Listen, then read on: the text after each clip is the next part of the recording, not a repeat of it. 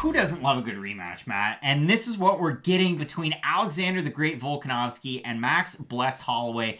And it's kind of odd. I mean, listen, Max Holloway, the longtime reigning featherweight champ, loses in a tight fight against Volkanovski. I know a lot of people sided with Holloway, but really, Volkanovski won that fight. Definitely did. And now we get this crazy rematch in a loaded division, and Alexander Volkanovski's rise through the UFC was kind of like unheralded, kind of came out of nowhere, which is weird because this is a guy right now at 21-1. You're hard pressed to find somebody with a better record. I mean, I know Petr Yan against Jose Aldo, Yan coming in at 14-1. Khabib Nurmagomedov has an amazing undefeated record, but Volkanovski, for what it's worth, since losing early on as a pro, has looked amazing. And the level of competition, it's been a steady rise. I mean, just 5 fights ago, he had a fight against Jeremy Kennedy, and let's not discount JBC, Junior Bacon Cheeseburger, Jeremy Kennedy. It was an amazing win. He held him down, beat him soundly, gets a crazy win there, and then he fights Darren Elkins. Well, at the time, Darren Elkins was doing the damage, and he was beating a lot of good fighters. Volkanovski gets a crazy win there. Then he fights Chad Mendes. Chad Mendes coming back. Amazing fight, but he looked great in that one. Then he fights Aldo. Not the most entertaining fight, but he did what he had to do to beat Aldo with his skill set. And then he fights Max Holloway. And Holloway was not losing fights at that time. Holloway was looking amazing. But really, was he? Because again, the Dustin Poirier fight at 55, where was it shortish notice? Was it up a weight class? There's a lot of different factors. Was he fighting one of the best lightweights ever? But he lost that fight, and Volkanovski looked great in this fight against Holloway at 45 for the belt. So what do you expect in this rematch? I mean, Holloway's had a long time way to train, but so is Volkanovski because they're both coming off of that fight. They haven't fought since. And I think both guys don't need many adjustments to really win this fight, even though Holloway lost. And I agree with what you said. Every round of that fight was fairly close. It's just Volkanovski pretty much won every single round. Round 1 through 5... Holloway, I do think, started to kind of figure it out by the end of that fight, and that's what makes this rematch so intriguing, because there's a lot of rematches versus Cody Garbrandt, TJ Dillashaw 2, whether TJ was juicy back then or not. It was one of those fights where, yes, he dropped him, but we kind of knew what we were going to get in that rematch, or at least I very strongly believe that TJ was going to win again, because you just saw a big flaw in Cody, and you knew TJ was at that level where he could just kind of take advantage of that no matter what happened. Max Holloway had some of those moments against Volkanovski where near the end of the fight, he started going to the body a lot more, and Volkanovski just didn't really have an answer for that. And Volkanovski, at the start of the fight, though, threw so many leg kicks and really slowed down that movement of Max Holloway to the point where he almost had to fight strictly at a southpaw for the majority of that fight. Now, luckily, Holloway pretty much can mirror himself either way, so it's not as big of an issue as it would be for some other guys, but it's still something that you're really just getting rid of 50% of his arsenal when you are able to do something like that. So for Holloway, it's kind of easy to say, check more leg kicks, and you're probably going to have a lot more success. Because Holloway, at his best, he's at range, he can throw jabs from both sides, switching stances constantly, and never stops throwing output. The Ortega fight's such a perfect example, just because he landed what seemed to be thousands of punches on Ortega, just because he never gave him room to breathe. When Holloway's at his best, he's fighting like Lomachenko, where he's constantly on you, but you just can't hit him, because he's going to hit you, read your counters, move out of the way, and then just keep that pressure all fight long. Volkanovski, though, might be the strongest guy in the division. They love to bring up that stat. Mike Goldberg always just had these taglines that you just knew he was going to say. And I know the fact that Volkanovski used to weigh over 200 pounds would definitely be something that Goldberg would talk about nonstop. And that's kind of why I remember it so well. But Volkanovski, they love to bring up those pictures of him playing rugby. He is massive physically. Although he's a lot shorter than most guys in this weight division, it hasn't affected him up to this point. And he's fighting a guy, Max Holloway, who's as big as a featherweight can possibly get. So it's going to look a lot worse on his end. But Volkanovski definitely has the power advantage. I would say is the wrestling advantage, although Holloway's defensive wrestling is amazing. So I don't really think that's going to come into play much. I really do think he's just going to come into the minor details that both guys can make the adjustments for going into the rematch. And it's surprising somewhat, really, that the odds have flip-flopped between their first fight and this fight. Holloway about a 2-1 favorite in the first one. Volkanovski ran a plus 185. Roles reversed in this one. And again, you kind of saw the game planning. The fact that Volkanovski, such a presence in the octagon. And I think the telling fight was the Chad Mendes fight, because you would have thought Mendes had so much success at 45 against so many good fighters. Even in the fight that he lost to Conor McGregor, there were moments where he thought, Chad Mendes, holy smokes, might become an interim champ here. So for Volkanovski to put on such a fight there, I think it really showed a lot of people that this guy's record isn't just padded. He has a lot of skill. And yeah, and just last thing on the Mendes fight, he gets dropped by Mendes hard in their second round, gets up and just starts going forward immediately. Like, that shows you more about a fighter than just winning a lot of fights with a lot of adversity. Like, we've seen Alexander Volkanovski be in hard fights, tough fights, and him always be game for it. So I hate this term, but he's got that dog in him. You know that if the fight gets hard, he can dig down deep. And worst case scenario, he has so much power in his hands. It's something that we haven't really seen as of late. The Aldo fight, not the most entertaining fight in the world. The Holloway fight, I thought it was going to be this crazy fireworks fight. It was good, but it wasn't really what you expected from either guy. To the point where the Korean Zombie called out Volkanovski for being boring, but like, everyone's kind of boring compared to the Korean Zombie. So I don't know if we're going to see the most exciting fight ever, even though I do believe both guys are quite exciting. It's just skill-wise,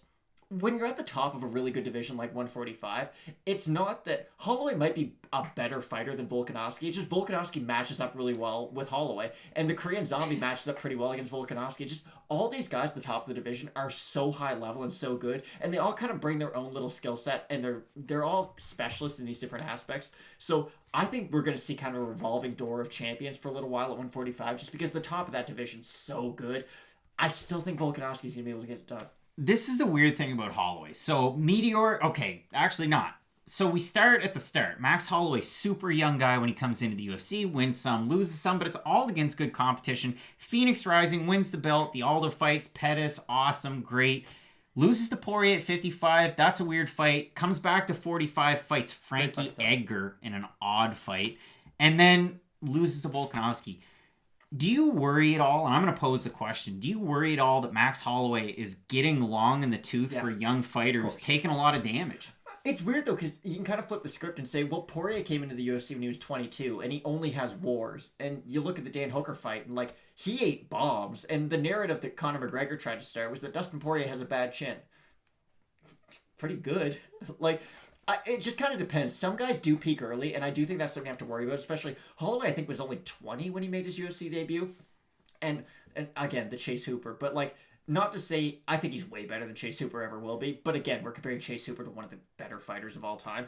It's just Max Holloway has to figure out the leg kick and the power of Volkanovski. And the problem is, yes, he met that obstacle with the leg kicks. He started to kind of get around it. Volkanovski didn't even land big power, heavy shots on Holloway a lot in that first fight, so we really don't know how he's going to deal with the power of Volkanovski. I think Max Holloway is one of the best chins of all time.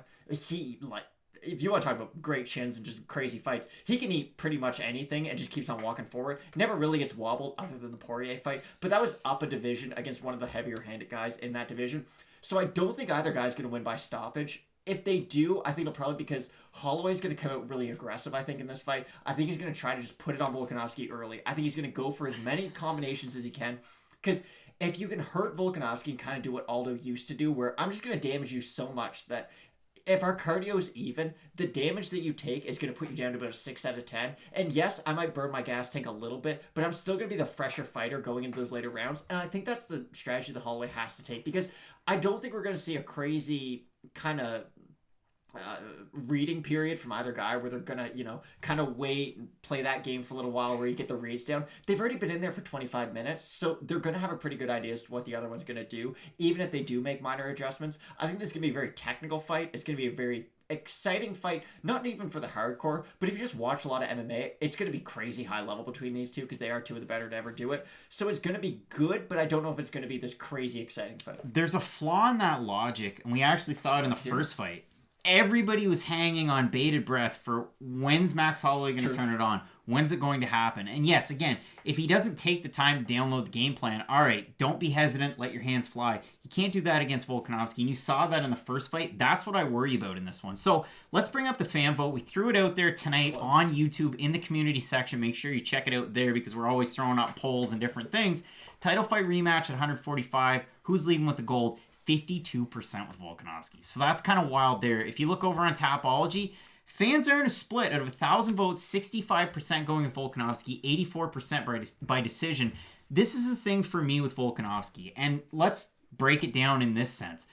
Max Holloway, like Anderson Silva, like Jose Aldo, like a lot of really high-level fighters on the feet, also have great complementary ground games, but we never see it out of Max Holloway. So we just assume that it's there in every fight, and then he's going to use it, but we don't get to see it as much as we do with his striking. His takedown defense is amazing, though, because we have seen him, like guys like Poirier who are really good on the ground, they just don't really get the credit for it. He couldn't take down Max Holloway. So if Dustin Poirier can't take you down, I don't think Alexander Volkanovski can. Although Volkanovski might be the better wrestler out of the two, he doesn't have the size and the strength that Poirier would to try to take a guy like Holloway down. Frankie Edgar tried to take Holloway down multiple times. I think he was 1 for 13 in that fight. And Frankie Edgar might have been a little bit later on in his career, but Edgar's as good of a wrestler as you'll find in MMA. And the fact that he wasn't able to take down Holloway, I think is quite telling. And I mean, Holloway submitted Andre Feely. I know that was back in the day, and Feely's not on these guys' level, but still, he has good defensive grappling to the point where he's not going to be attacking a lot of those takedowns. But if you take him down, really good at getting back up to his feet, and good at attacking at least select submissions to the point where if he has that guillotine, he's not going to really go for it, but it's going to be enough pressure to at least get into an advantageous position or get back up to the feet. So I agree it's not really a fast of his game that we see a lot of, but I do think it is there in case anything bad does happen. I just think Volkanovski, he's got a very smothering game plan, but not in the way of like a Tim Kennedy kind of reminds me of this, where Tim Kennedy would just be like a lead blanket. He's either going to clinch you up against the cage or get on top of you and kind of hold you there. Not a lot of crazy offense going on. I think Volkanovski is much more offensively minded, but he does the same thing. It's not that his game plan is so dynamic. It's just he's really good at canceling out his opponent's game plan and just doing a little bit more. And I think he'll be able to get it done in this fight. Eugene Bareman, one of the great coaches in MMA, and people are starting to kind of realize that. And I think he'll be able to help Volkanovski at least counter the improvements that Holloway's made. For the division's sake, Holloway, the UFC wants Max Holloway to win this fight. He's so much more popular than Alexander Volkanovski. It's not even close because in Canada he is. And not oh yeah, he's the biggest Canadian fighter right now, even though he's from Hawaii. But if you measure both guys in their drawing ability, I think Holloway's still quite a bit bigger of a deal. Volkanovski hasn't reached the height, at least, that Max Holloway has. But if you beat him again and then go on a decent run against big names in the featherweight division, because we see, like John Jones, and this is nothing against some of these opponents, but John Jones at a certain point was fighting Anthony Smith, who he had good wins, but is he really title challenger quality? You can make that argument if you want to. DC had to fight Volkanovski at a certain point, who again, these are good wins. They're good, good guys to have on your resume, but not really guys you'd expect to be in that title fight. If Volkanovski beats Holloway, he can fight Yair, he can fight Zabit, who's a big name internationally, the Korean Zombie, a huge name in North America, huge name internationally. Like, there's nothing but kind of legacy gaining fights for Volkanovski after this one. So I'm extremely excited for this, but I think Volkanovski's gonna be able to get done by decision again. That's the thing. I mean, at the end of the day, Max Holloway predictable? Would you say that? Not at all. You know what you're going to get, though, in this fight. You're probably dynamic. going to get something similar to the first fight, still dynamic. But again, if there's even the slightest bit of hesitation, this fight goes the way of the Australian and Volkanovski. And you brought up a really good point. City Kickboxing, not even on the come-up now. I mean, at the World MMA Awards, Eugene Bareman is up for Coach of the Year alongside a lot of really great coaches. Kind of a shame that City Kickboxing isn't in the mix for MMA Gym of the Year. But again, there's so many good gyms that it's at least you get recognized as Coach of the Year. Okay. The weird thing with Alexander Volkanovski, and you brought it up, probably the third most popular guy at City Kickboxing out of a top 4 that includes Brad Riddell. You got to have him there. That fight good. Against Magomed Mustafayev was insane, and people aren't considering that as an early candidate for Fight of the Year in the first half. That was a great one. But again, Dan Hooker and Israel Adesanya, I would say they're more popular than Volkanovski. 1 and 2, on top of Volkanovski. So this is one of those fights that A, defines legacy, B, popularity, and C, in terms of seeding of who's next. You got Rodriguez, you've got Magomed Sharipov, you have a whole bevy and Calvin cast Kattar's on the come up at 45. Maybe Josh Emmett gets healthy and somehow slides himself into the conversation. There's all sorts of different fights to make, and I think if Volkanovski's able to get the win, it just cements him as maybe not an all-time great at 45, but you're starting to get there in terms of legacy. If Holloway loses, go up to 155. Like, you did well against a guy who's widely considered the number 1 contender if Gaethje didn't have the interim title. Like, you did well against a guy who's... I don't want to sound like I'm Poirier's biggest fan in the world, but, like, you did really well against a guy in a style of fight he excels at. where a lot of other guys wouldn't do as well as Holloway did against Poirier. Now, yes, he ate massive shots from him in a lot of the fight, but he had some moments and some times where you're like, okay, Max Holloway at 155 could actually fight there and have some longevity. I think there's a lot of fun fights for him at that weight division. Him against Anthony Pettis again at 155, against Cowboy. Like, give me Tony Ferguson. I want that. Exactly. I want the Tony Ferguson fight. That's what I was going to get to. The battle of back tattoos with wings. Like, that's, again, Holloway should go up to 155. I think it's a more natural weight class for him. I just think his body kind of needs to fill into the weight class a little bit more, but I couldn't be more excited for this fight. Matt, I'm really looking forward to this one. We went way over our old time limit. You're not going to want to miss the rest of our predictions for UFC 251, an extended look at our 3 title fights. We still have Kamaru Usman taking on Gilbert Durinho Burns coming up, so you're not going to want to miss that. Keep it locked in with Fight Night Picks, Matt. And as we always say, let's get into it.